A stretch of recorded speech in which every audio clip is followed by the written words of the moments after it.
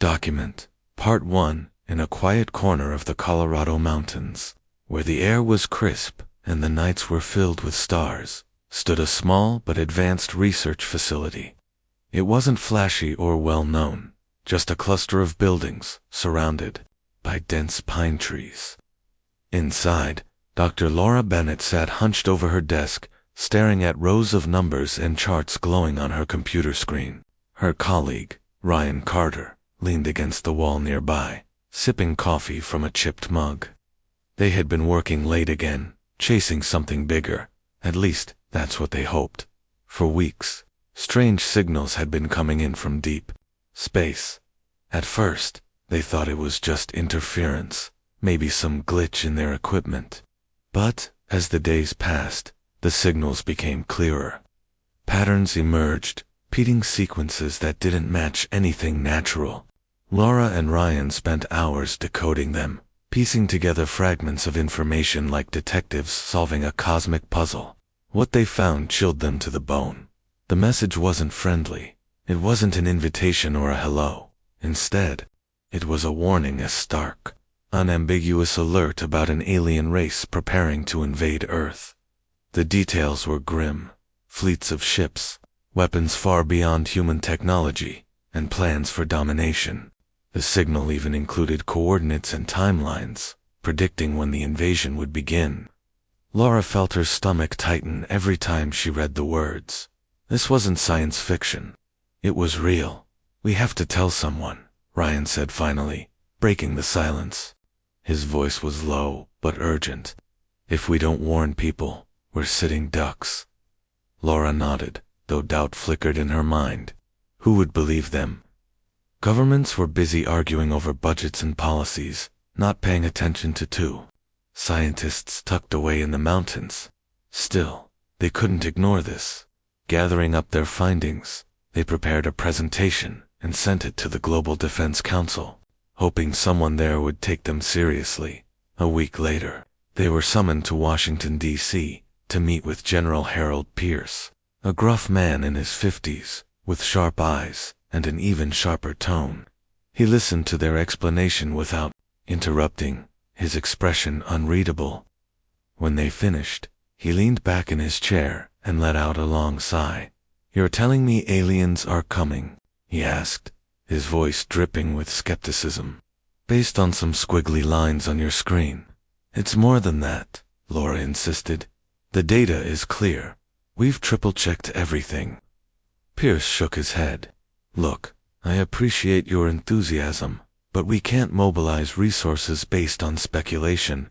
You're asking us to throw money and manpower at shadows." Ryan stepped forward, frustration rising in his voice. "These aren't shadows.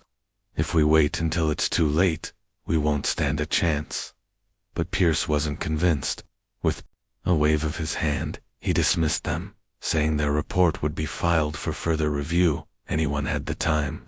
As Laura and Ryan left the building, defeat weighed heavily on their shoulders.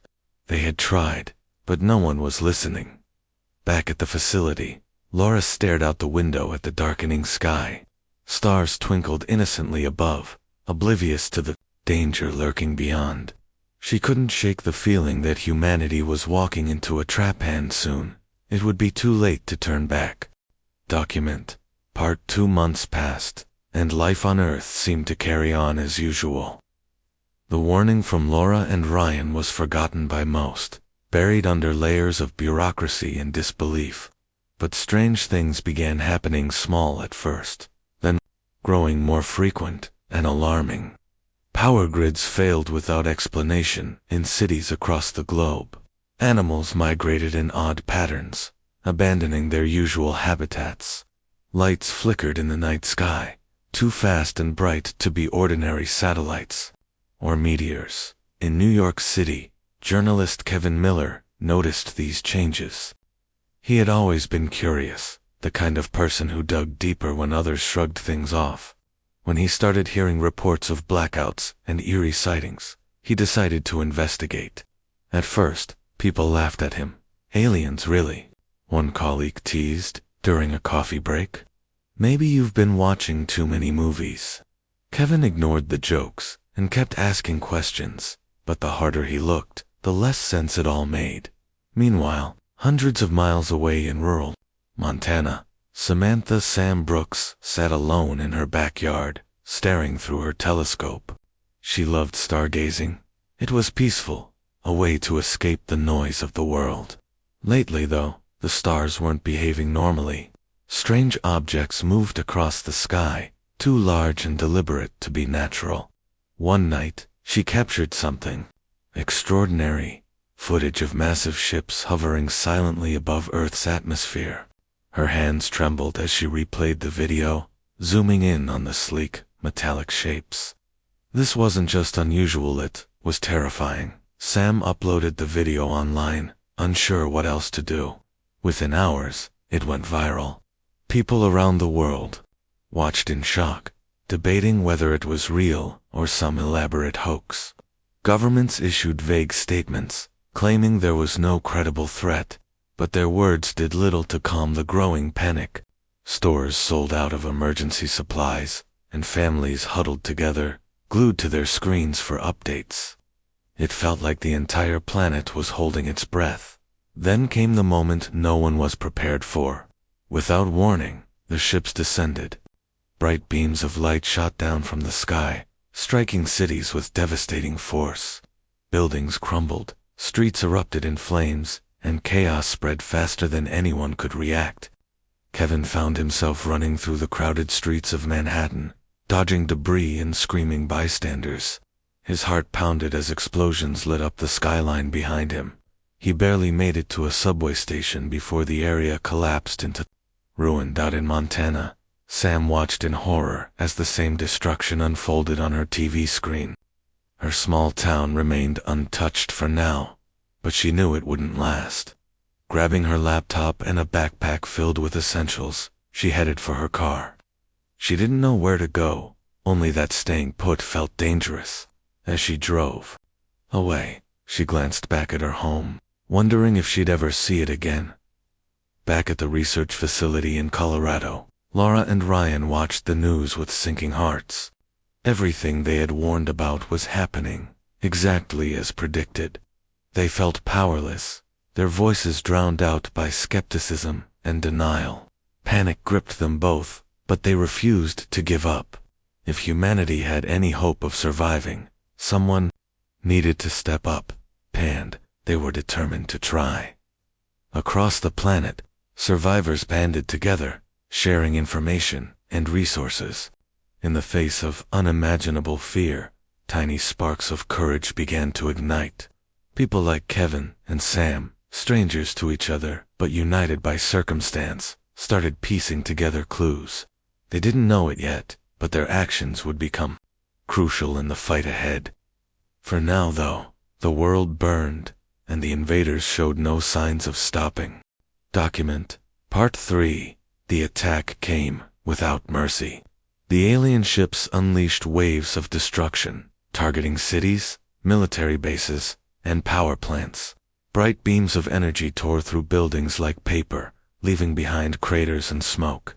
The sound was deafening, a mix of explosions, screams, and the eerie hum of alien technology. In New York City, Kevin Miller crouched in the shadows of a subway tunnel, his ears ringing from the chaos above. He could hear people crying, shouting, and running, their voices filled with panic. The air smelled of burning metal and ash. Kevin knew he couldn't stay hidden forever. He had to move. But where? The streets were dangerous, overrun by both survivors and the strange machines the aliens sent to patrol the ruins. These machines glided silently, scanning everything around them with glowing red eyes. If they spotted movement, they fired without hesitation. Kevin tightened his grip on a flashlight he'd grabbed before fleeing his apartment. It wasn't much of a weapon, but it was all he had. Far away in Montana, Sam Brooks drove through empty roads, her knuckles white on the steering wheel. She kept the radio on, hoping for news, but static was all she heard. Occasionally, there would be a crackle, followed by fragments of panicked voices, people calling for help or warning others about the invaders. Sam's mind raced. She wanted to help, but how? She She was just one person, alone, and scared. Still, she couldn't shake the feeling that her footage of the alien ships might be important. Someone needed to see it, someone who could do something about it. Meanwhile, Marine Corps Captain Alex Hart led a desperate counterattack in Los Angeles. His unit had been caught off guard when the invasion began, losing half their team in the first hour. Now, they fought back with whatever weapons they had left. Bullets ricocheted off the alien machines, doing little damage. The enemy's technology was far superior, making every shot feel futile. But Alex refused to give up. "Stay close," he shouted to his remaining soldiers as they ducked behind rubble. "We hold this line." Back at the research facility in Colorado, Laura Bennett and Ryan Carter worked frantically. They knew humanity needed answers and fast. Using data collected from the initial signals and pieces of alien tech recovered during early skirmishes, they tried to understand how the invaders operated. Their lab was a mess of wires, screens, and scattered notes. Sleep was a luxury neither of them could afford. "There has to be a weakness," Laura muttered, staring at a diagram of an alien weapon. "Everything has a flaw." Ryan nodded, though doubt lingered in his eyes. "Even if we find it, will anyone listen this time?" There, frustration grew as reports poured in from across the globe. Cities fell one after another: London, Tokyo, Moscow, all swallowed by fire and darkness. Governments scrambled to respond, but their efforts were disjointed and ineffective. General Harold Pierce, head of defense operations, issued orders that often contradicted each other. Troops were sent into battles without proper supplies or strategies. Morale plummeted as losses mounted. Despite the chaos, small acts of bravery shone through. Civilians risked their lives to save strangers. Families shared food and shelter with those who had lost everything. Journalists like Kevin documented the horrors, determined to keep the truth alive. And scientists like Laura and Ryan worked tirelessly, clinging to the hope that knowledge could turn the tide. But the invaders showed no signs of slowing down. Their ships loomed over Earth like silent predators, unstoppable and merciless. For now, humanity was losing, but not everyone was ready to surrender. Among the ashes of destroyed cities, sparks of resistance began to form. People like Alex, Kevin, and Sam refused to let fear consume them. They didn't know it yet, but their choices would shape the future of the fight. Document Part 4. The world was falling apart, but humanity wasn't ready to give up just yet. In the days following the initial attack, small groups of survivors began to organize. They called themselves resistance cells, though most were little more than frightened people trying to stay alive. Some were soldiers who had lost their units in battle. Others were ordinary citizens with no combat training but plenty of determination. Among them was Alex Hart, whose unit had been wiped out in Los Angeles. He found himself leading a ragtag group of fighters in the ruins of San Diego. Alex's team included Jake Monroe, a grizzled ex-soldier who had left the military years ago to live off the grid. Jake knew how to survive in harsh conditions and quickly became an invaluable asset. Together, they scavenged abandoned buildings for food, weapons, and anything else they could use. Their goal was simple: hit the aliens where it hurt, then disappear before retaliation came. It wasn't much, but it gave them a sense of purpose in a world that felt hopeless. Meanwhile, Laura Bennett and Ryan Carter worked around the clock at the research facility. The invaders' technology fascinated and terrified them. After studying fragments of alien weapons, they discovered something crucial. The machines relied on energy grids to function. If those grids could be disrupted, even temporarily, the aliens' advantage might weaken. Laura and Ryan began designing a device they called the pulse generator, a tool capable of emitting a powerful electromagnetic burst. It was risky and untested, but it was the best idea they had. General Harold Pierce eventually took notice of their work. Reluctantly, he assigned a small team to assist them. though his faith in their project was thin. "If this thing doesn't work," he warned Laura during one visit, "we're wasting resources we can't afford to lose." Laura didn't argue. She knew the stakes as well as anyone.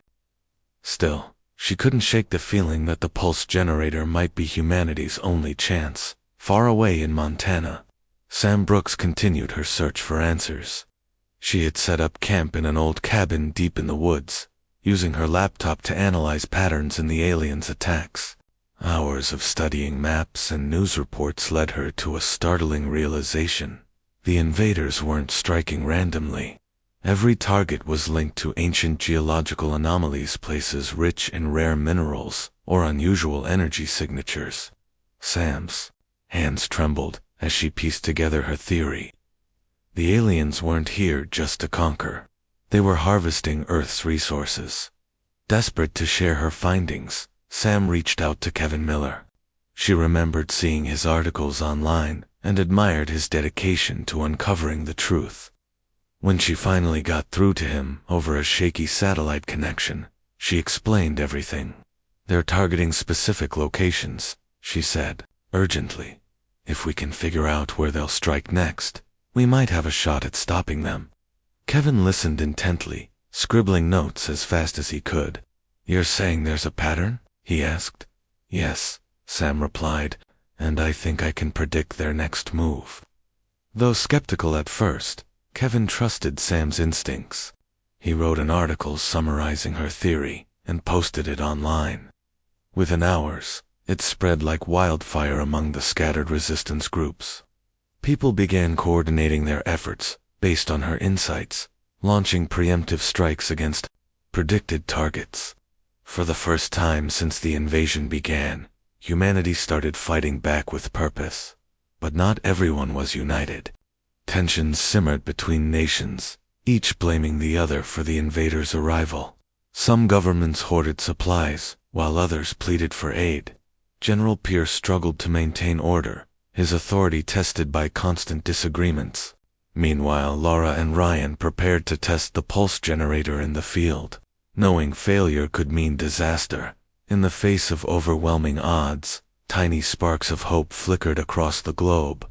People like Alex, Sam, and Kevin refused to let fear win. They didn't know what the future held, but they clung to one belief: as long as they kept fighting, humanity still had a chance. Document. Part 5. The pulse generator was ready. It wasn't perfect, far from it, but Laura and Ryan knew they couldn't wait any longer. Every second they delayed meant more lives lost, more cities destroyed. General Pierce, reluctantly, agreed to let them test the device in the field, though he made it clear that failure wouldn't be tolerated. "This is your one shot," he told them sternly. "Don't waste it." Alex Hart's resistance group volunteered for the mission. They had been itching to strike back at the invaders, and this was their chance. Jake Monroe wasn't thrilled about working with scientists. He trusted guns more than gadgets, but even he admitted the pulse generator might give them an edge. "If it works," he muttered, loading his rifle into a battered truck, "we'll finally have something to fight with." Laura and Ryan joined the team, climbing into the vehicle alongside Alex and Jake. The plan was simple, but risky. Infiltrate an alien outpost near what used to be Yellowstone National Park and deploy the pulse generator, intelligence suggested. The outpost housed one of the energy grids, powering the invaders' machines. If they could disrupt it, they might cripple the aliens' operations in the area. The journey was tense. Roads were blocked by debris, forcing them to take long detours through dense forests. Along the way, they passed abandoned towns, their windows shattered and streets empty. The silence was eerie, broken only by the hum of the truck's engine. No one spoke much. Each person was lost in their own thoughts, wondering if they'd make it back alive. When they reached the outskirts of the outpost, they parked the truck and continued on foot. The air smelled metallic, tinged with the faint scent of burning. Alien machines patrolled the perimeter, their glowing red eyes scanning the ground below. Alex signaled for everyone to stay low. "We move fast and quiet," he whispered. "Stick Together, they crept closer, hearts pounding. Laura clutched the pulse generator tightly, its weight both reassuring and terrifying. She had spent weeks building it, but now she doubted herself. What if it didn't work? What if they were walking into a trap? As they approached the energy grid, a towering structure pulsing with blue light, they encountered their first obstacle, a group of alien drones guarding the area. Jake raised his rifle, aiming carefully. "On my mark," he whispered. When the drones turned momentarily away, he fired. The shots echoed loudly, drawing attention. "Go!" Alex shouted, pushing Laura forward. She sprinted toward the grid, her legs burning as adrenaline surged through her body. Behind her, Jake and Alex exchanged fire with the drones, buying her time. Ryan stayed close, shouting instructions over the chaos. "Plug it in, now." Laura fumbled with the device, her hands shaking as she connected it to the grid. A loud worry noise filled the air, growing louder and louder. Then, with a blinding flash, the pulse generator activated. The blue light flickered, then died, completely. For a moment, everything went still. Then the ground trembled. Alien machines nearby sputtered and collapsed, their systems fried. Cheers erupted from the team as they regrouped, stunned by their success.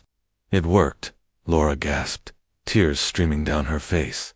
It actually worked. News of their victory spread quickly. Kevin wrote about it in an article that reached survivors around the world.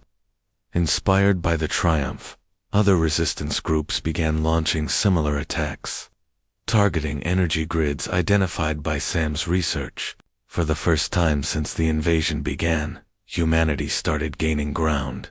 But the invaders weren't defeated yet. Their response was swift and brutal, sending reinforcements to retaliate against the growing resistance. Still, hope burned, brighter than ever. People like Alex, Laura, and Sam refused to back down. They had proven that even the smallest victories mattered and that together they could fight back.